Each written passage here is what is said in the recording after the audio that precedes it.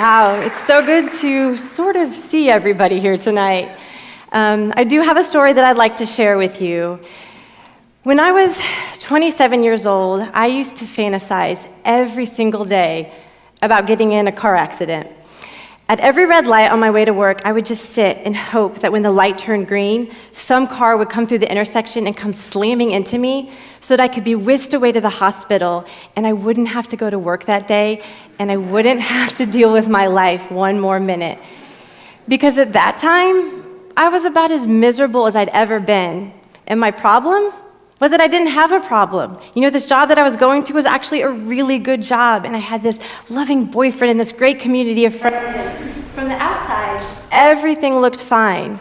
But on the inside, I felt empty and like something was missing. And layered upon that feeling of emptiness was this feeling of shame, because I knew that around the world, so many other people didn't have it as good as I did. And I was actually really blessed, and it made me feel really ungrateful. And, you know, when you're fantasizing about lying in a hospital bed somewhere instead of fantasizing about lying on a beach somewhere, that should be a wake-up call, but it wasn't. And I went through this every day for 2 more years. And it wasn't until soon after my 29th birthday, something finally clicked, and I realized I can't wait for something to happen to me. I have to go out there and create happiness for myself. So I wanted to move forward, and my only thought was to go backwards. I thought back to the last time that I was actually happy.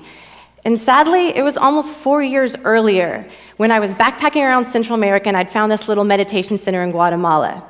So it took a few months, but I quit that job, I broke up with that boyfriend, and I jumped on a plane and I headed right back down to Guatemala, hoping that when I got to that meditation center, happiness would be waiting for me there. And it worked. Because I did yoga every morning, and I meditated every single night, and I met friends from all around the world, and we talked about really interesting things, and the last 40 days we spent in silent meditation. And you know what they say about meditation, where this like happiness just bubbles up inside of you? Well, it's true, because I remember sitting one day just staring at this tree, and it was kind of sparkly, and I just started crying, because I'd never been that just naturally happy in my entire life. And a few months later, when I'm traveling in Mexico, I decided I needed to do another 40 days because one 40 days isn't enough, two's better. And in fact, in 9 months of travel, I spent more than 100 days in silence because I really just loved that feeling that was coming from within me. And when it was time to go home and I'd run out of money, you know, I wasn't even worried about it because I knew that I'd found the key to happiness within me. And so I get back to Indiana, and it's January, and it's cold, and I'm at my parents' house, and it's the house I grew up in, and they're down in Florida, so I'm house sitting. And I'm alone, and it's quiet, and I'm basically in silence again, except this time, I'm miserable. And I remember trying to meditate and trying to find that happiness again, but I couldn't find it. And you know, I started to panic and thought, oh my God, I lost it. And I started to panic so much that my hair started to fall out. And I remember thinking, losing my hair, I must be losing my mind, what am I gonna do? But I knew that happiness was still out there somewhere for me. And so I sucked it up, I chopped off all my hair, and a couple months later, I'm back on a plane, except this time, I'm gonna go to Thailand. Because somebody had told me once that all you have to do to find happiness is just follow your bliss. And my bliss was gonna take me to this little tropical island in Thailand where I was gonna study yoga every morning and become a mystical dancer.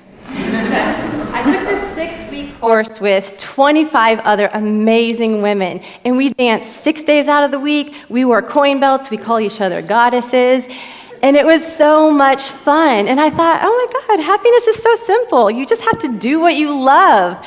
And it's true, until the course ended, and then one by one, the goddesses left the island. But since I'd bought a one-way ticket, I stayed there. And after a few weeks, I found myself alone in my bungalow again, and I felt that unhappiness creeping in, and that shame of knowing that, oh my God, I'm living on a tropical island. This should be the happiest moment of my life, and I'm unhappy? Something must be wrong with me. And I remember calling my best friend Nikki out in California and saying, Nikki, I don't understand. Maybe happiness isn't meant for me because I'm living on a tropical island and I'm still miserable. Like, what is wrong with me? And so, that call to my friend Nikki, I think was also a call to the universe, because about a week later, I got another call. And it was from my yoga teacher, this fiery Italian man named Andrea. And he says, hey, I'd like to come up to your bungalow and make you dinner and get to know you a little bit better. And I thought, well, I'm just up here crying alone, so why not? So he comes up to my bungalow, and we share this amazing dinner, and we sit in my hammock underneath the stars, and we talked until 4 a.m.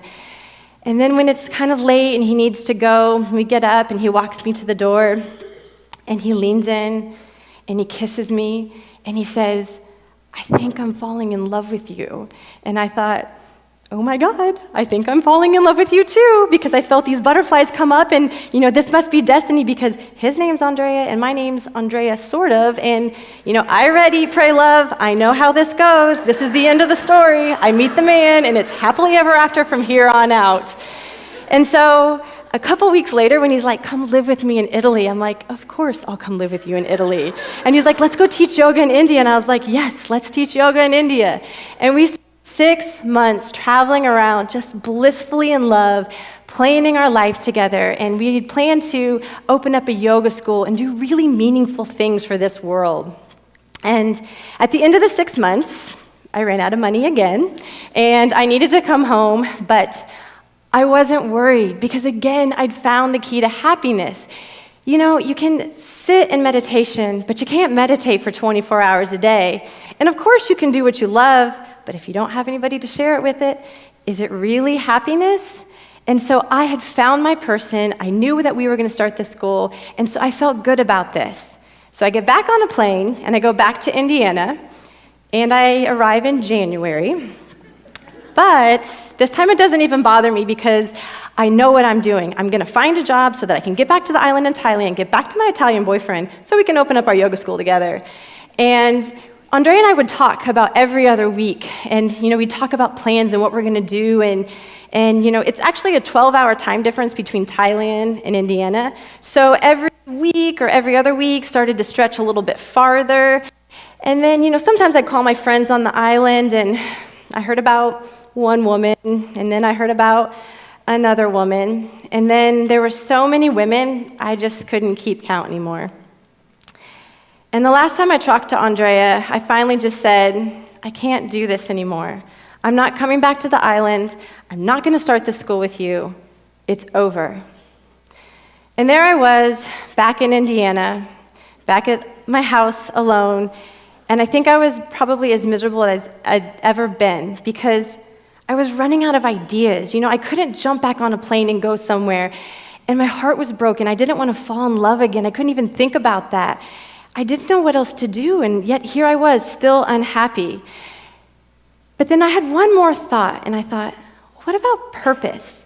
I'd read so many Oprah magazines, and I knew purpose was a really big thing. So I needed to find purpose in my life, because I was just flying around the world and not really doing anything. And so I thought, I've collected all these stories. I've always wanted to be a writer. I'm going to write a book. And so every morning I would wake up and I would just jump in my chair, and then I would sit for 10 hours a day, and the stories would just come flooding out of me, and it felt so good, and I was happy again. But anybody that tells you that writing a book is a blissful experience, yeah, I would seriously question their sanity, because after about a year of doing this, I wasn't jumping in my chair. I was dragging myself to this computer, and I wasn't having stories flood out of my mind. My mind was flooded with thoughts like, nobody cares about your stories. You're not even that good of a writer. No one is ever going to read this book. And that's when I really hit bottom for me, because I tried it all, and I still felt unhappy. But I had nothing left, and so I decided I'm just going to keep writing this book. And luckily, a couple months later, I'm looking through some notebooks, and I'm writing this part of this book, and I come across this story from my travels, and it had made such an impression on me that I put it in my notebook, and the story goes like this. There was a woman named Madame Blavatsky, and she's a real person, or she was a real person, and she was this great spiritual teacher, and she used to travel all around Europe teaching about the mysteries of life. And she was always rumored to do the same thing. As she'd ride on the trains from city to city, she'd sit by the open window with this little bag of wildflower seeds on her lap, and she would just reach in the bag and just toss the seeds out the window. And one of the passengers asked her once, why do you do this? Why do you waste your time and your money throwing seeds out a window for flowers that you're never going to see grow? And she says, well, I may never see these flowers grow, but think about all the people that will ride on this train for years to come and the joy that those flowers will bring them. This, she says, is the meaning of life. And I thought, wow, what wildflower seeds could I throw? And I had this idea. So that night, I grabbed some note cards and I just scribbled out a few notes. And the next day when I was running errands, I left one at the gas station and, at the car wash and the grocery store. And they weren't really that important notes. They're just little index cards that I had written like, hey, you're awesome, and put a sticker on it or something. But after I left them, as I drove away, you would have thought that I had just cured cancer, because the amount of joy that flooded my system just thinking about who was going to find that note. Was it going to make them happy? It was incredible. And so I started doing this all the time. And my friends started asking me, how do you do this? I wish I could do the same. And nobody ever did.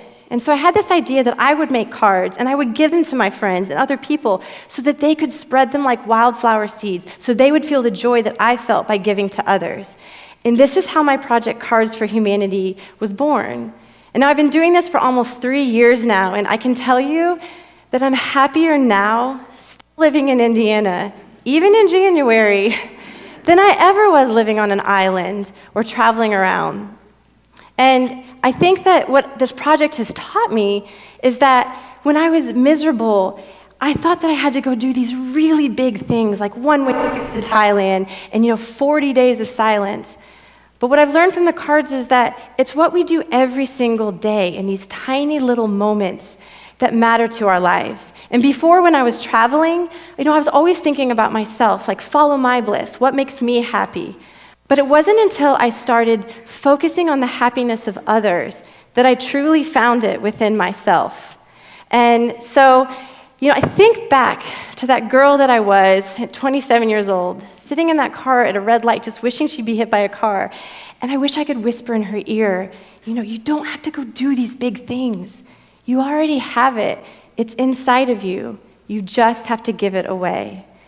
And so I don't know where you are in your journey tonight, but I hope the story serves as just a little whisper in your ear that whatever you're looking for, you don't have to go find it out there.